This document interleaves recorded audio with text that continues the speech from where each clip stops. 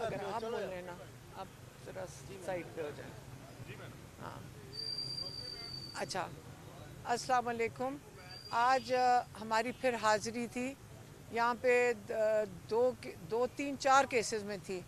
ایک تو 9 مئی کے لیے ہم آتے ہیں, ہم حاضر ہوتے ہیں بیل کے لیے, پری ریسٹ بیل کے لیے. ہم تو بڑے مہینوں سے چاہ رہے ہیں کہ اس کی ٹرائل شروع کی جائے, لیکن جو آتے ہیں ان کے پاس کوئی شواہد ہی نہیں ہے کہ وہ اس سے وہ پیش ہی نہیں ہوتے. اب جب ہم آتے ہیں وہ کہیں گے کہ جی شامل تفتیش مکمل ہو گئی ہے. اب پہلی دفعہ انہوں نے کہا ہے کہ 9 مئی کے لیے شامل تفتیش مکمل ہو گئی ہے اور شاید اب ہمیں بیل مل جائے. لیکن ہمیں بیل نہیں ہے جس کے لیے ہم یہاں جج کو اپیل کر رہے ہیں. ہم جج کو اپیل کر رہے ہیں کہ آپ یہ کیسز ٹرائل کے اندر لے کر آئیں.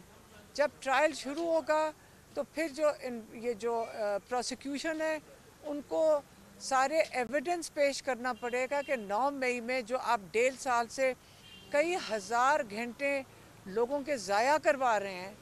یہاں پہ آپ ماشاءاللہ اس لیے کھڑے ہوتے ہیں کیونکہ کئی 100 لوگ اندر کھڑے ہوتے ہیں.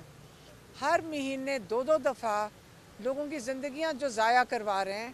اگر آپ یہ ٹرائل شروع کروائیں اور ان سے شواہد مانگیں, جب شواہد پیش کرنے کا وقت آئے گا یقین کریں جج بھی شرمندہ ہو جائیں گے کہ کیوں ہم 1.5 سال 2 سال لوگوں کی زندگیوں کے ضائع کر رہے ہیں.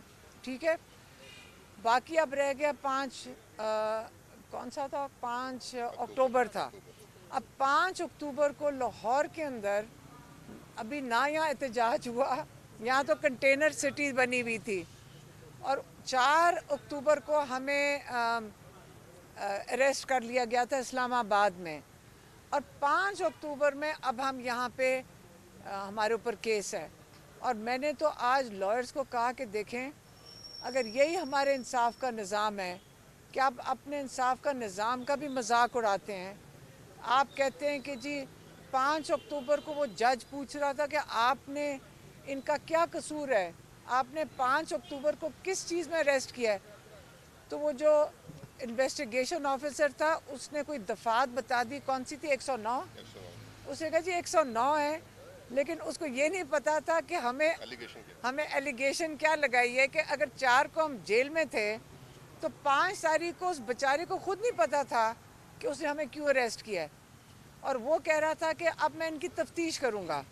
بھئی عقل کی بات ہے کہ تمہارے اپنے بھائیوں کے پاس میں تھی.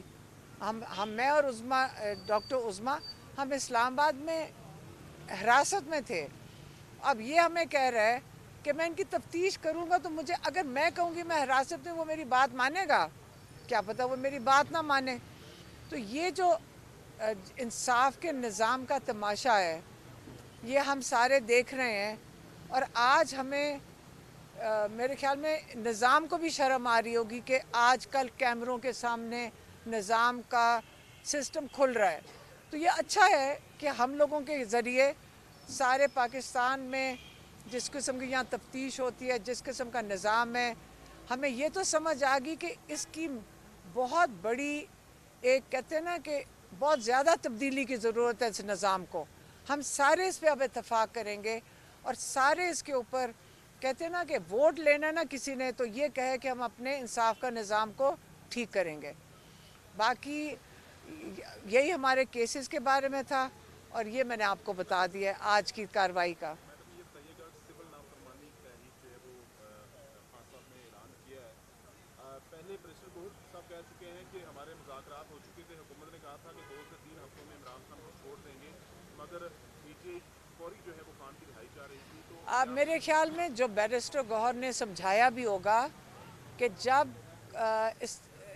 وہ پشاور سے اور باقی جگہوں سے لوگ آنا شروع ہو گئے احتجاج کے لیے, تو اس وقت حکومت پینک کر گئی اور جلدی جلدی انہوں نے بیرسٹر گوہر اور بیرسٹر سیف کو جیل میں بھیج دیا.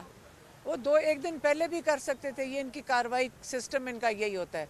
جب عمران خان تک کسی کی وہ رسائی نہ ہو, پھر یہ جب قافلہ وہاں پہنچ چکا ہے اس وقت انہوں نے بھیجا تھا, کیونکہ پینک کر گئے تھے اور انہوں نے کہا تھا خدا کے لیے سنجانی میں بیٹھ جاؤ.